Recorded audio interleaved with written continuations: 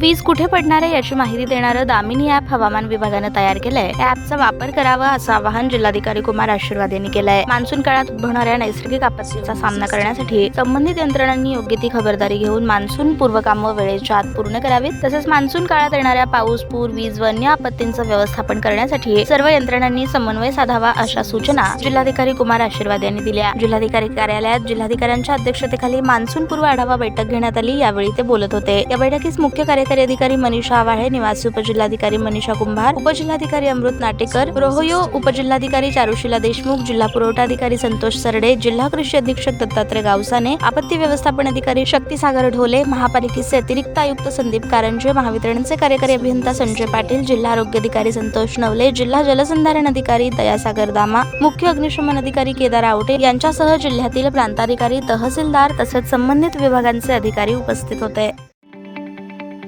ताज्या बातम्या पाहण्यासाठी प्राईम महाराष्ट्र न्यूज चॅनलला सबस्क्राईब करा।